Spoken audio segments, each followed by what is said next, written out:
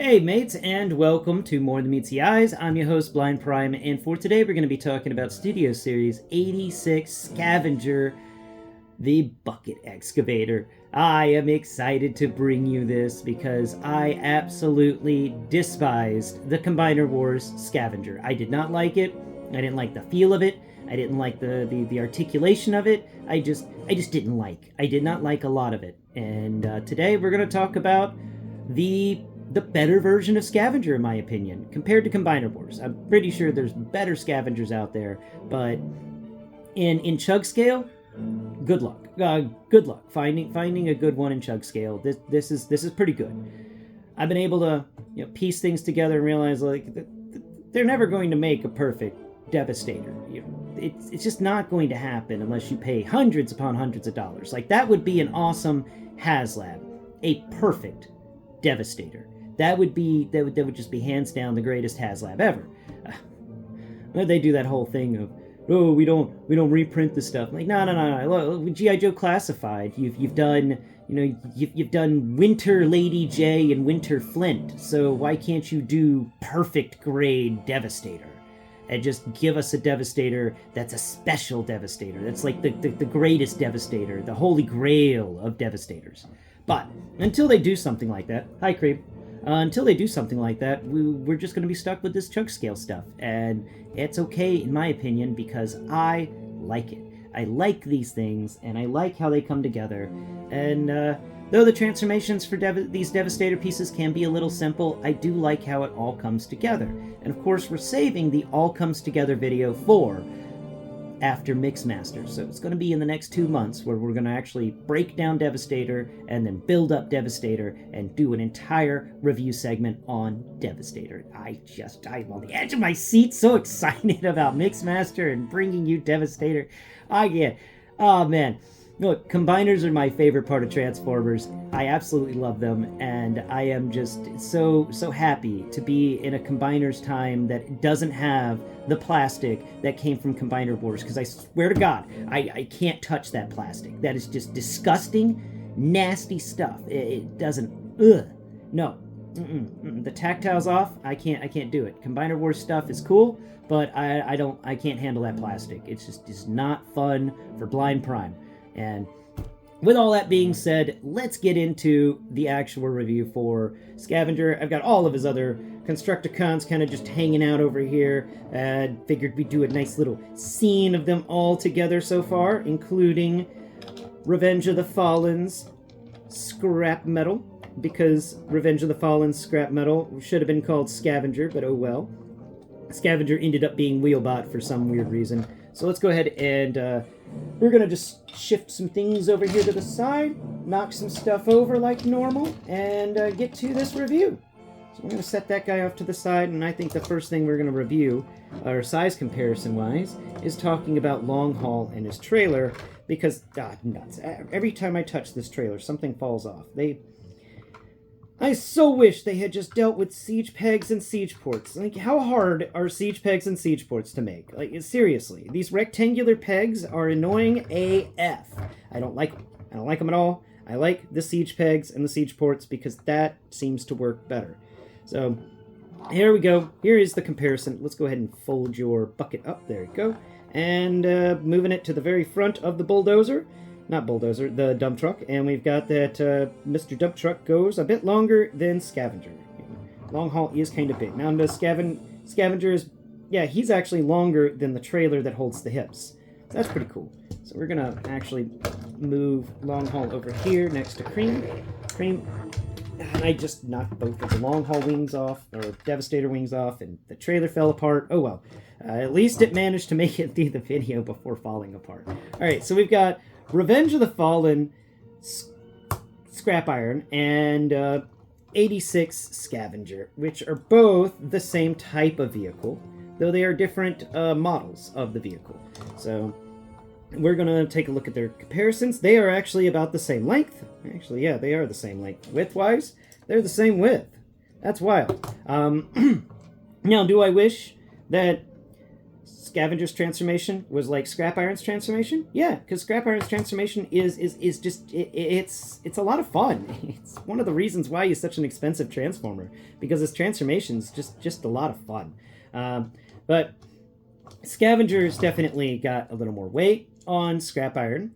And now let's take a look at their buckets, because that's what I've been most interested in. How do the buckets line up to each other?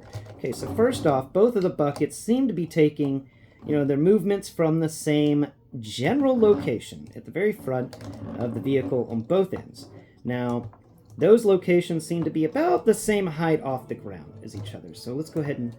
We can't really straighten one of these out as much as I would like, but we can get their buckets to be together, so let's see.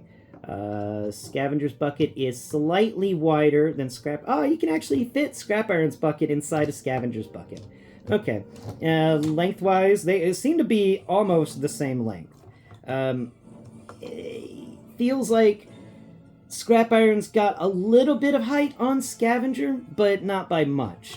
Articulation-wise, Scrap Iron here has a bend in the middle of his bucket, and then his bucket actually has a rotation. Now, the Combiner Wars Scavenger didn't have a moving bucket. His bucket was stationary, and he just had one joint. Well, he had the other one below, but it didn't work well.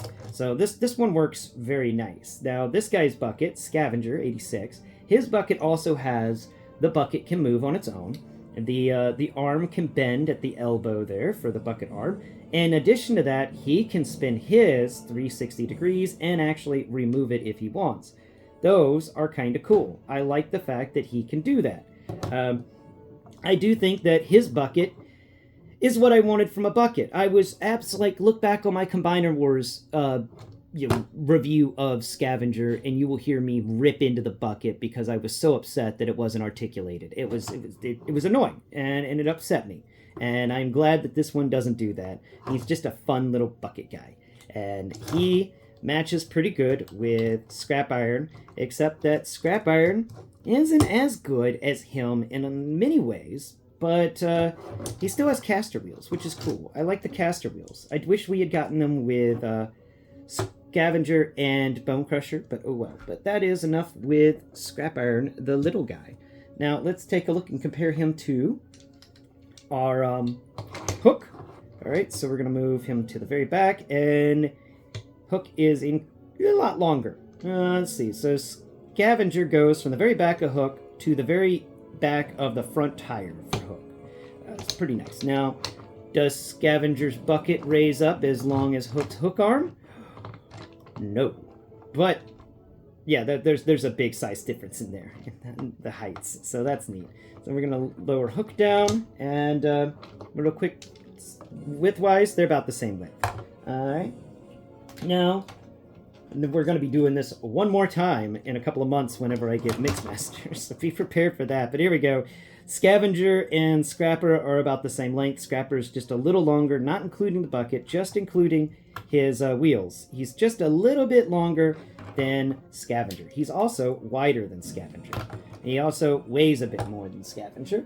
And then we have, let's see, we have this guy, Bone Crusher. Now, Bone Crusher and Scavenger weigh about the same. They are about the same length. Let's see, raise your bucket up. Yep, they are about the same length. Their treads are almost the same exact length. Actually, yeah, I think their treads are the same length. And width-wise, they are the same width. So the deluxes match each other. Now let's get into this figure in depth and talk about a few of its positives, because it does have a few. Number one is this thing is highly detailed with sculpted in textures, which was something distinctly lacking from Combiner Wars. So we've got a grip style texture here on the right behind the cockpit. So it's like an area where the human driver can stand and like walk over to the cockpit if he wants. The cockpit seems to be a little smaller than 1-inch scale, but not too much. There's a little door etched into it, so the person walks up here to the side of it, and then they climb on top of the treads, and then they get into the cockpit. But back here, there's a lot of grip so that people can actually maintain the vehicle, get back there, and work on it and stuff like that. which is really cool. What was that? Something just tickled my elbow. Was that you, Cream? No, you're sleeping over there. That was weird. So that's a little bit about the vehicle. It's a really nice one. We got some fun little textures down here for the treads. All those wonderful little tread textures. We have on the other side, directly across from the cockpit, we have the gun that he's got mounted here, and that's something I've been wanting to talk about.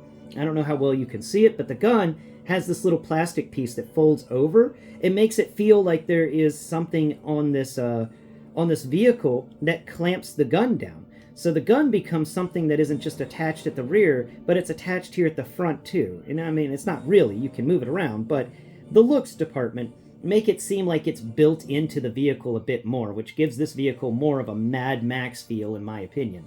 We just got this big old gun thing just kind of chilling here off to the side. And I like that. I really do. The area here in the middle where the bucket lays doesn't really have much texture in it. I wish they had put some in there, but oh well. There is a sort of a screw hole down there, but not really anything else. You would think it's a siege port, but it's a screw hole. Now back here to the rear of the vehicle, we've got this big old long rear section. We got his big engine block back here. They did a good job making this out to be like the rear of the vehicle, the big old engine block. I do wish we had gotten some fun vents. There's just no fun vents back here, and that's a shame. Like, you know, you got all this vehicle stuff happening, this big old engine. You'd think they'd mold in some vents, but they did not. Vehicle-wise, it's solid. Like this guy, he's a solid structure. He combines together excellently to make a very solid vehicle mode that is very hard to move around and mess up. I like it. I like it a lot, but there's not much more to talk about it in this form. So my final grade for this guy is going to be a B mode vehicle mode, flat B.